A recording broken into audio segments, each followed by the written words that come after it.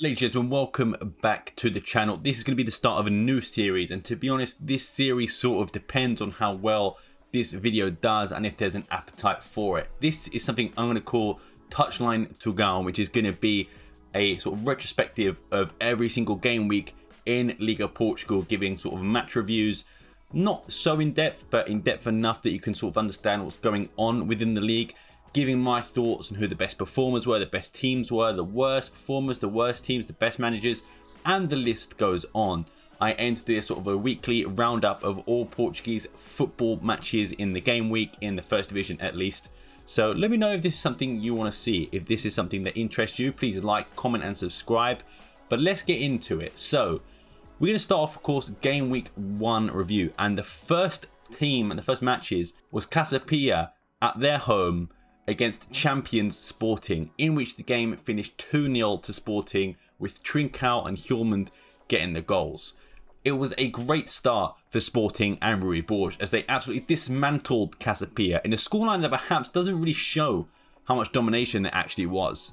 Sporting had a total of 27 shots across the 90 minutes, signaling Rui Borges' intent to build a very attacking side, and Rui Borges stepped back from the 3-back formation, with Diamonde and Inacio being the main centre-backs in the 4, and Maxi and Fresneda occupying the 4-back positions respectively, although new signing Vagianidis will probably look to take the role from the Spaniard on the right-hand side. In this new formation, Capital, Hjulmand and Morita combined as the dynamic pivot in Sporting's midfield. Trincão was played as a number 10 with Pedro Gonçalves and Jenny Catamo on the wings respectively, and of course new star man Luis Suarez led the attack. For Casapia, Patrick Sequeira started in goal, and Jose Fonte was the starting centre-back and captain at age 41, and was joined by former Sporting centre-back João Goulart and Chamba in the back 3.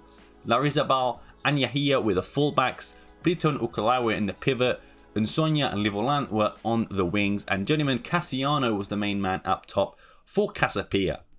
And Sporting controlled possession and dictated the tempo, generating a flurry of attacking chances, which is evident in their high shot count and numerous corners. Casapia meanwhile offered little threat going forward really, failing to register a single shot on target on the first half. The goal in the final third entries and the penalty box presence underscored Sporting's dominance. Defensively, Casapia held firm for much of the match, but lapses in discipline were very clear, with several players picking up yellow cards in the first half. And from the opening whistle, Sporting made their intentions clear, to constantly drive forward and pin Casapia deep in their own half. Trincão and Pedro Gonçalves were at the heart of the action, with Trincão of course finding the net and Pedro Gonçalves pulling the strings in the build-up. Sporting's persistence paid off late in the game. Their aggressive pressing high up the pitch and their ability to recover possession in dangerous areas underlined the superiority. And Luis Suarez also kept Casapia's defence on alert. Although he failed to make his opportunities count, he was a pest and a menace against Casapia's defence. And while Jose Fonte and Chamba made important interventions, the backline lacked overall cohesion. And discipline was another problem. 3 yellow cards in the first half disrupted Casapia's rhythm and invited further trouble. But luckily for Casapia, there was none ahead. And goalkeeper Patrick Sequeira emerged as their standout performer, making key saves to prevent the scoreline from getting out of hand. There were some injury worries for Sporting though, as Diamonde and Maxi Arujo both went down, and both are reported to be out for at least a month. But my standout performers of this game: number 1, Francisco Trincão, my man of the match, scoring a goal and getting assists, but also being vital in the build-up play. 73 touches all game, 46 out of 56 passes completed, 3 out of 4 accurate crosses, and 2 big chances created for Sporting. Sporting were decent all round, with Hjulmand, Inacio, Mangas and Kenda all having decent performances, with the last 2 coming off the bench. In my opinion, you could make a case for Casapia goalkeeper Patrick Sequeira being man of the match, and he is 100% the reason why this scoreline was not an absolute rout. He was fantastic, saving shots from Pedro Gonçalves and Luis Suarez, making 8 saves in 90 minutes in comparison to Rui Silva's 2. The only thing negative for me about Patrick Sequeira was the ball at his feet, as he was quite wasteful with possession. However, my underperformers in this game are Jenny Catamo, who was also wasteful in possession, losing the ball 10 times and failing to attempt a single cross and having 1 singular shot which was off target. And for Casapia, Larrazabal had a game to forget. He didn't win a singular duel in the air or on the ground, lost possession 14 times, and failed to complete a single cross or long ball. The second game of game week 1 was on Saturday, and which was Nacional at home losing 2-0 to Gil Vicente, with Luis Esteves and Felipe getting the goals. And we're flying all the way to Madeira now for the second game of the first match week, and it was one to forget for Nacional. Gil Vicente held a comfortable 2-0 lead over Nacional at the Estadio de Madeira, and the visitors made the most of their chances, striking twice with clinical precision and even hitting the post in the 17th minute from a wicked volley from Martin. While Nacional, despite enjoying the fair share of possession, failed to turn their possession into goals, with Nacional dictating most of the first half play, spending long spells in Gil Vicente's final third and winning the majority of their aerial duels, but they did lack the cutting edge in front of goal, and that proved costly. Whilst Gil Vicente, with less of the ball, were far more ruthless. Their defensive organisation frustrated Nacional, and they capitalised on key moments to secure a 2-goal advantage. Pablo Felipe opened the scoring with a composed finish, although questions do have to be asked from Franca in goal. And he remained a constant threat to the Nacional's back line, and Luis Esteves doubled the lead before half time, with a double deflection giving Gil Vicente a psychological edge. For Nacional, Jesus Ramirez and Viti showed flashes of promise in attack, but without the decisive touch needed to change the game. And Gil Vicente arguably should have made it 3 in the 85th minute, after hitting the post and then Esteves getting a shot which was just blocked over the bar. Nacional did also directly hit the bar from a corner in the 87th minute, but it amounted to nothing, with Nacional having 15 shots with 4 on target and Gil Vicente having 12 shots with 2 on target. But it was really the goalkeeping that set the two sides apart, with Andrew making 4 saves and Franca making 0. My standout performance for this game are Luis Esteves, who actually played for Nacional last year and for 3 seasons prior before joining Gil Vicente. And he actually didn't score any goals last season. But this game, 36 touches, 10 out of 15 accurate passes, and maybe a bit lucky with a finish, but sometimes you need a bit of luck in football. For Nacional, Mateus Diaz had 25 out of 29 passes completed, 2 accurate long balls out of 3, and won 3 out of 6 ground duels and 2 out of 2 aerial duels. My underperforming for Gil Vicente is Sergio Bermejo, 0 out of 4 accurate crosses, 16 touches in 82 minutes, 0 successful dribbles, and he didn't win a singular duel in the air, out on the floor, and lost possession 9 times before being subbed off. And of course for Nacional, my underperformer goes to Lucas França, who failed to save a shot straight at him really. Only 58% of accurate passes, and he had a prevented minus 1.17 goals that game. We now move on to Aroka, which was a 3-1 win against ASAD, with Teresa scoring twice and Julahara scoring another, and Nene for ASAD scoring as well. ASAD were of course my favourites to go down this season in my Liga Portugal predictions, which you can watch the link in the description. And this performance did little to change my mind. Aroka went into the break with a 1-0 lead, courtesy of an 8-minute strike from Teresa, who finished off a well-worked move with composure. But it was some awful defending from AVS, who left him completely unmarked in the box from a cross. And while the game did stay competitive, Aroka did hold the edge, dominating possession and eventually found themselves up 2-0 after again some poor defending from AVS, but I will say a great finish from Juhara in the bottom left corner, leaving the keeper no chance. And then, again, after poor defending, a third goal, but a thunderbolt strike from Teresa to get his second of the game. And AVS did create a couple of clear opportunities, but wasted them all, including a great one in the 35th minute, a great cross into Escobar, who lacked the composure and the finishing. Until Nene, aged 42, scored a consolation goal in the 90th minute for AVS. But unfortunately, it was too little too late, as Aroka's control of the ball and repeated attacks into the final third left AVS on the back foot. They were also a constant threat into the penalty area, with Haijun Lee seeming like a great pickup from Bayern Munich, who was central to their creativity in the architect of the opener. Defensively as well, Aroka looked solid, although a couple of yellow cards hinted at overzealous challenges, there were really nothing in them. And AVS, to their credit, were competitive in duels and held their own in aerial battles. In fact, they fashioned more big chances than Aroka, but were let down by poor finishing. My star performances is Tela with 2 great finishes and a knack for being in the right place at the right time.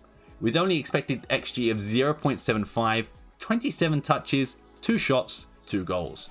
Won 4 out of 6 ground duels, but also I will give a shout out to Hugh and Lee in the number 10 role, who is vital to Aroka and Vasco Sabada's style of play. And for AVS, this one I guess is more just a consolation, but I'm going to give it to Nene. This is really what he's been able to do for AVS. 42 years of age, scoring a goal and playing just under 40 minutes, 4 out of 5 accurate passes and 1 long ball completed. Underperforming, for Aroka, it's Dylan Nandin, who, a striker, only had 1 shot and missed a pretty big opportunity. Lost 3 aerial duels out of 5, lost 5 ground duels out of 8 and only had 27 touches in 90 minutes, the lowest out of Aroka's front 4. And for AVS, it has to be Jordi Escobar, who missed that great chance in the first half, which could have turned the game around completely. An easy header, but put wide, and only 1 shot in the entire game. 50% pass XG didn't help either, and he didn't win a single aerial duel. Lost 5 out of 6 ground duels and had 14 touches before being subbed in the 57th minute. Now moving on to Famalicão, 3-0 against Santa Clara with goals from Pinheiro, Gustavo Sá and Gil Dias. And Famalicão are my favourites to get 5th this year, and Santa Clara finished 5th last year. But if you looked at this game, you would have thought Santa Clara looked like they finished 15th with their performance. Famalicão took control of their clash with Santa Clara, heading into half-time with a comfortable 2-0 lead. Rodrigo Pinheiro opened the scoring in the 5th minute, picking the ball up from just in front of the halfway line, dribbling past defenders to reach the Santa Clara box, and a cool finish into the bottom right-hand corner. And Gustavo Sá, the Portuguese under-21 international, doubled the advantage just 14 minutes later. After a great pass from striker Elisor, he found Gustavo Sá all alone in the box, and it was a simple finish. They did nearly make it 3-0 before the end of the break, but Simon Elisor had a shot on goal with just the keeper to beat after another great cross from Gil Dias, but he just puts it over the bar, lacking composure. The early cushion allowed the host to dictate proceedings. While Santa Clara matched Famalicão in possession, they failed to register a single shot on target in the first half, and they struggled to turn possession into a genuine threat. Both sides did have moments in the final third, but of course it was Famalicão's superior finishing that made the difference. And in the second half, in my opinion, Gil Dias was very lucky not to get sent off. An elbow to Gabriel Silva, but VAR checked it and said it was no dangerous play. And soon after, Gil Dias made it 3, with a shot from outside the box, but it should have been one for the keeper to save, with Batista getting a hand on it, but not enough to keep it out of goal. Santa Clara did have a golden chance in the 66th minute, with Pereira being on the end of a great cross, but he did panic under pressure and put it out for a goal kick. Famalicão for the rest of the game applied pressure, and their intensity in key moments kept them firmly in control. Santa Clara did enjoy a few brief spells of momentum, most notably midway through the first half and the closing stages of the game, but they lacked the cutting edge to break down the home defence. My star performers, for Famalicão, I've gone with Gil Dias. The former Forest and Benfica man was on fire. 50 touches, 26 out of 30 accurate passes, robbed of a beautiful assist, 1 accurate cross out of 2, 6 ground duels 1 out of 10, and 1 big chance created. And for Santa Clara, to be honest, I don't have anyone. It was a horrible display from start to finish. 2 shots on target, but none of that really troubled the goalkeeper, and the defence was awful. There was no creativity at all from Vasco Matos' men. And for the underperformers, I'm going to go with Simon Elisor. A great assist, no doubt, at striker, but he really didn't do much else, apart from miss a big chance. Only 1 shot all game, 18 touches in 73 minutes and didn't win a single area duel. It might be a bit harsh, but Famalicão played pretty well all across the board, so someone had to get it, and unfortunately it's Elisor. For Santa Clara, I have gone for Gabriel Batista, and really I could have put anyone here, but Batista had a poor showing. He had minus 2.1 goals prevented, and he didn't make a single save all game, and also was poor for Gil Dias' 3rd goal as mentioned before. Moving on to one of the most exciting teams in Portugal at the moment, and that is SC Braga versus Tondela, where Braga would beat them 3-0 at home with goals from Vitor Carvalho, Paulo Victor and Horta. Braga and Carlos Vicente, the former assistant of Pep Guardiola, played a 3-5-2 without the ball and a 4-4-2 with. Braga were ruthless in front of goal, capitalising on their chances through Vitor Carvalho in the 24th minute and Paulo Victor in the 37th, and of course getting a penalty in the 83rd minute. Although, it must be said, Tela had the big first chance of the game in the 5th minute. Unfortunately, Miro made it through the Braga defence, but Hornacek had a routine but a very good save. They would have another attack in the 13th minute, with Yarlan just putting it wide of the goal after a great counter-attacking from Tela. But later, Braga would play themselves into the game, and it would be Victor Carvalho who would score from a corner in the 24th minute after a great cross from Leandro Lello. After that, Braga would dictate the tempo. They dominated possession and had clear-cut opportunities, while Tela, despite some bright moments, lacked the finishing touch. Braga did display sustained attacking intent, especially in the first half and the latter stages of the game. Their pressure was relentless, and both goals in the first half at least came as a direct result of their prolonged dominance. The second, after another great cross from new signing Leandro Lello, who found new signing power in the box and with a cool finish. Tondela started off a brief surge of energy but gradually lost their grip on the game, managing only sporadic spells of threat. Braga's ability to string together waves of attack is what kept them in control, and Braga nearly had a penalty awarded against them, but VAR did overturn it after they found no infraction was committed. Tondela would actually score after a great cross from Marlan to Miro, but it was actually ruled offside for 71 centimeters in the build-up. And in the 82nd minute, Horta was brought down in the box for a penalty, and the captain calmly converted from the spot. But the numbers underline Carlos Vicente's and Braga's superiority. Strong possession, 630 passes to Tondela's 283. Efficient chance conversion and constant penetration into the final third and penalty area. I will give credit to Tondela, however. For their part, they reached some promising positions and created a few big chances, 3 in total, but failed to convert any. Despite winning a higher percentage of duels highlighting their physical presence, it was their lack of finishing that cost them dearly, and it's something that Braga need to watch out for in tougher opposition when they come up against them. But for me, star men of course goes to Leandro Lello. It's a miracle how the big three let him go to Braga for free. He fits Braga like a glove. 2 great assists from him on his debut in the league. 39 out of 45 passes completed, 3 accurate crosses out of 6, and 79 touches in 90 minutes. And from Tondela, I will give it to Miro. Although it didn't result in a goal, Miro was extremely dangerous, and technically he did score a great header from an offside goal, but was still dangerous in the build-up. 6 out of 7 accurate passes, he won every ground and aerial duel, and looked like a real pest against Paulo Oliveira and Brighton B. Now, for the underperformers, I'm going to go with El Ozani for Braga. 90 minutes played, but didn't really contribute much. 2 shots, 1 on target, and only won 3 out of 9 ground duels and lost possession 8 times. Again, it's probably a harsh one because Braga did play pretty well, and it was between him or maybe one of the defenders, but I've gone for El Ozani. And for Tondela, I've gone with Brian Medina. Just an awful night all round for the centre-back, as he gave away a penalty and got a yellow card, lost possession 7 times from a centre-back, and just an overall, a night to forget. Moving on to someone who I thought would be one of the surprise teams, and that is Mornance versus Alverca. And it was a 2-1 win for Mornance. Setien with a goal, Manal with another, and Milinkovic for Alverca. And like I said, Alverca are my surprise pick for this season, but they had a very tough test against Mornance away from home. And Mornance would strike first in the 27th minute through a composed finish from Setien. But Alverca hit back just before the interval, with Marko Milinovic converting a penalty in the 44th minute. And Mornance had the lion's share of possession and showed greater ambition in the attacking third, regularly breaking into the penalty area and fashioning a big clear chance, especially in the first half.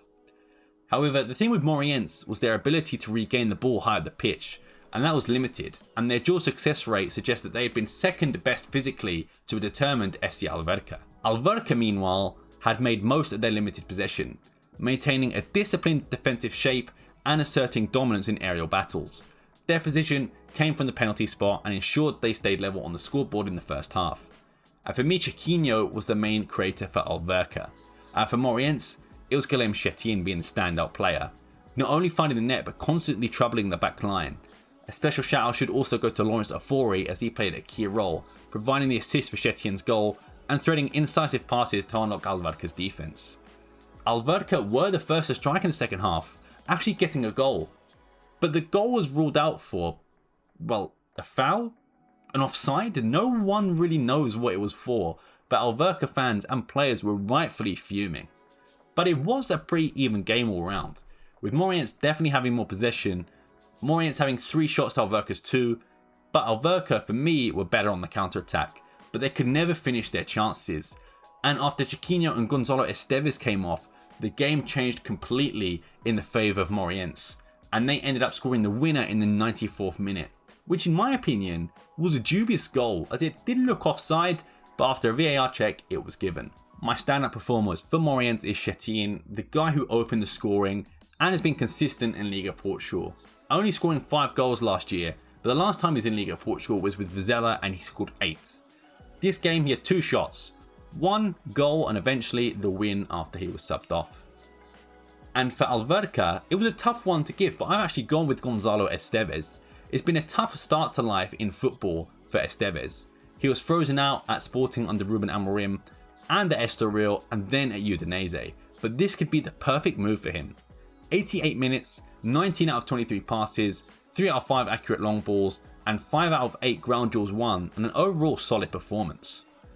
For the weak performance though, for me it has to be Kiki Bondoso for Mornance, and this might sound a bit harsh, but Kiki Bondoso was just frustrating to watch for me. Didn't complete a single cross, 0 out of 2, 0 shots, and 2 out of 6 ground duels won, and he also lost possession 15 times.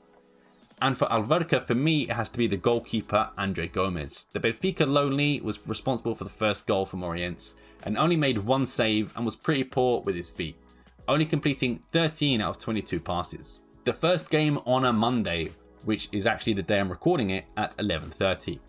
In what could have been a very different game, it was Estoril 1, Estrela de Amadora 1. And why I say it could be a very different game is if VAR didn't correctly overturn Estoril and Pedro Amaral's red card. It was offside, but it looked like Pedro Amaral was, not fine with it, but he was walked off the pitch. He thought, his game was done, but the VAR correctly overturned the call, and Estoril from then slowly grew into the game. Ian Cathro's men were pretty decent, but in terms of Estrela, they were led through the counter-attack mostly through captain Jovan Cabral, who was trying to facilitate attacks for Estrela, even forcing João Robles into a tough save from a free kick. Renan Ribeiro was called into action early with 2 decent saves, but was left helpless when Jordan Holsgrove's through ball was poorly cleared, which led to Thiago Parente to slot it home with a cool finish for the 1-0. Estoril did in fact get in yellow card trouble early, picking up 3 yellows in the first half. And Estrela would hit the post early in the second, but for me the game was changed completely when Ian Cathro brought off his best creator in Gutien, for veteran Pizzi. And for some reason, Jovan Cabral was moved back into centre midfield, but it actually paid off, as he won the header from the throw-in, leading a great cross from Rodrigo Pinheiro into new star signing Stoicia, I don't really know how to pronounce the name to be honest, Stoicia, why not, to equalise for Estrela. Renan Ribeiro and João Robles both kept their teams in the game with the last 5 minutes, with the game ending in a draw, which to me I think was a fair result. And a funny Liga Portugal moment, don't worry we'll have a lot of these, was Jose Feira getting sent off for Estrela de Amadora. What for? Well, the replay just showed that he was throwing the ball back to the throw-in for Estoril, but apparently, according to people that were at the game and that were watching on TV and the commentators, they said that he kicked the ball onto the pitch to delay the game, as this was just after the goal had been scored and Estrela wanted to be happy with the point. And another weird thing, Estoril made 6 subs. There must have been one for a concussion protocol in there, but I don't remember hearing it, I don't remember seeing it, a lot of people didn't remember seeing it, so maybe it'll be clarified, but yeah, it just didn't really make sense. But for me, the star players for this game, Estrela of course maybe is a bit biased on my part, but I thought Jovan Cabral was absolutely excellent. He was subbed off in the 90th minute, but he had a good performance. He had 2 shots on target and didn't have a single one off target. He even hit the woodwork at one point as mentioned from that free kick. He had 1 dribble completed out of 3 attempts, 50 touches all game, a 65% pass accuracy, 17 out of 26 passes, 1 cross out of accurate 2, but he was phenomenal in ground duels, winning 8 of 14. And he definitely led Estrela from the front, being their captain. But for me, the best player for Estoril was Gutien, which makes it even more frustrating that Ian Cathro brought him off. He was fantastic, 1 shot all game, but it was a shot on target. He had 39 touches, 18 out of 22 accurate passes, 1 completed long ball, won 5 out of 9 ground duels, and to be honest, was just their best creator and facilitator, and was brought off in the 64th minute for Pizzi. And the cons for me, or I guess the underperformers, for Estrella, I will have to go with Nilton Varela. And that's mostly due to Gutien making his life hell on that left-hand side.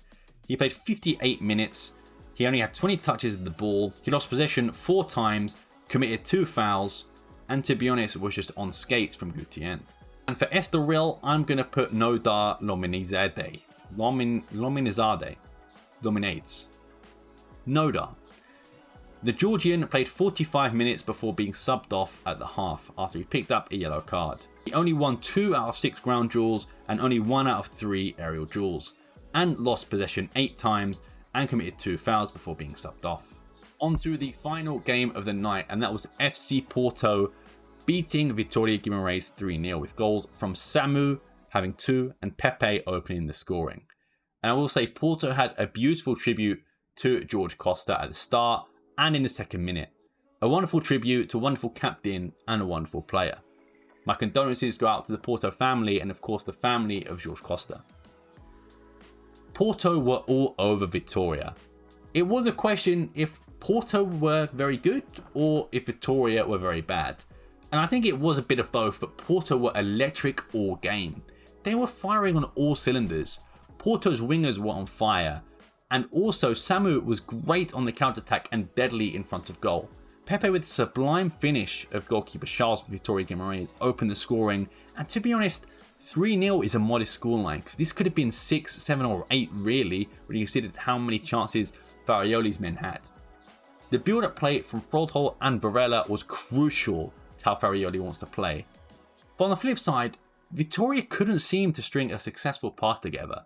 They had a few shots on goal, but nothing that really troubled Diogo Costa. Signing Alberto Costa was also fantastic, as was Borja Sainz. They had both been instrumental in creating opportunities. For Vitoria, their players struggled to make a single impact on the game.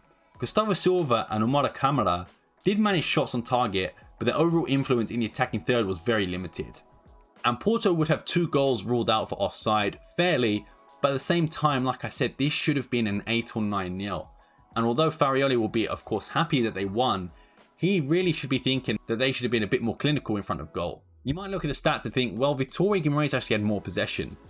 But when you look at it, Porto had 5 big chances, 17 shots in total and 9 on target, compared to 10 shots from Vitoria Gyokeres and 2 on target as well. For me, my player of the match of course was Samu. He was absolutely fantastic for Porto, scoring twice, but also having 5 shots on target, having 1 successful dribble out of 2, 34 touches, 12 out of 17 accurate passes, and actually helped out with a few great key passes to a lot of players for FC Porto. I also think there should be a special mention for of course the wingers, but definitely Jan Bednarek, who to be honest a lot of Porto fans thought maybe why are we signing this guy, but I thought he was fantastic. And again for Vitoria, I really can't put anyone as the pros. They were absolutely awful. And you could argue that maybe it was Porto that made them so awful, but they were just having a torrid time out. I thought they were just absolutely, I know I've said it, awful. Luis Pinto's men, and Luis Pinto really had no idea what to do. Even in the second half, I thought, okay, maybe they're 2-0 down, they show a bit of fire and a bit of passion, but it was just more of the same. I would say the worst performer, but I don't think that's fair, but I'd say, I guess the most underperforming for Porto for me was Gabri Veiga. But Gabri Veiga was, okay. 28 touches. He had 57% accurate passing, 8 out of 14. He did fail to actually get a successful cross in 6 attempts, and also not being able to do a single long ball in his only attempt. And for Vitoria Gyokeres, I could put everyone, but my one is going to have to be for Charles. This goalkeeper, I don't want to be harsh, but I don't understand how he is still in the league. He's a backup, fair enough, I understand, but starting was just absolutely crazy. He was so poor today. The amount of chances he sort of let happen by failing to catch a ball or parrying the ball straight into the attack, into the path of Samu rather, was just poor. He did make 6 saves, which I guess is pretty good, but there was just nothing I saw from him. He had 27 out of 37 accurate passes, but overall was just very poor. I think a mention has to go out to centre-back as well, Tony Borokovic, who again was just very poor, but you could also make the argument for the entire backline, or really the entire team for Vitoria Gyokeres. So that is the end of the sort of game week recap. I'm going to give you a few other tidbits. So I think the standout performer of the game week for me, I'm going to have to give it to Samu. I thought he was incredible. I would also look at maybe Trincao getting it as well. But for me, Samu was incredible today. And I think the old Samu that we know is back. He was just phenomenal in front of goal. There was no stopping him. And he's had so many days like this. Maybe not under Anselmi, but under Vitor Bruno as well. This is the Samu we were used to seeing, where it feels like every game he's going to score. And he was phenomenal. But I will give a special shout out to Leandro Lello. As I said in earlier, he was fantastic. A great performance, 2 assists on his league debut. Just absolutely fantastic. And someone who's going to fit Carlos Vicente's system like a glove. The best team, I'm actually going to give it to Porto as well. They played phenomenal.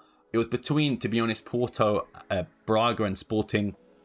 But for me, Porto were just a level above. I thought Sporting played very well, but I think Porto were much better in finishing their chances. If you look at the comparisons to Luis Suarez and Samu, it was just levels above. And that's no disrespect to Luis Suarez, so I thought he was actually pretty good, but Samu was just absolutely fantastic for them. And Porto were just firing on all cylinders. Every single player looked pretty good, including the defense, which was just solid. Even Diogo Costa called into action looked fantastic too. And I also think you've got to give a special shout out to Famalicão as well, who of course beat Santa Clara 3-0 and played phenomenal. But the worst team for me, it's tied, I think. I'm going to go with 2. Is that cheating? Maybe. But I'm going to go with 2. For me, it's Vitoria, Gyokeres and Santa Clara. The teams who finished 5th and 6th last season, man, they were just so poor. Both getting beat 3-0, but just unable to really do anything. But really being unable to do anything in the game at all. They didn't look threatening that much. I know Santa Clara have had Europe maybe, which puts a toll on their players, but there's really no excuse for how badly they both performed. And my manager of the week will go to Farioli. As I mentioned, fantastic from him. I think you could make some other cases with Hugo Oliveira for Famalicão. Rui Borges, of course, I've mentioned, but for me, Farioli just had Porto firing on all cylinders, and it was, to be honest, even though I'm not a Porto fan, it was a great sort of tribute to George Costa. The numbers on the back, having the sort of 2 above their numbers, was just fantastic, and the tribute in general was just very nice. But yeah, so just to recap, player of the game week is Samu. Team of the game week for me is Porto, but a special shout out to Sporting Braga and Famalicão. And the worst team for me were Vitoria, Gyokeres and Santa Clara. The table currently looks like this, with Braga in 1st, Porto in 2nd, Famalicão in 3rd, Aroka in 4th, Gil Vicente in 5th and Sporting in 6th. And at the bottom, you've got Vitoria, Gyokeres, Tondela and Santa Clara. You might be wondering, Benfica or Rio Ave haven't played. This is due to Benfica being in the Champions League qualifying. They'll play their first game next week. What did you guys think of the game week? Do you guys want to see more content like this? Please let me know in the comments below. But yeah, this has been Touchline Tugão. I've been Sam Fonseca. Thank you very much for watching. I'll see you next time, and peace.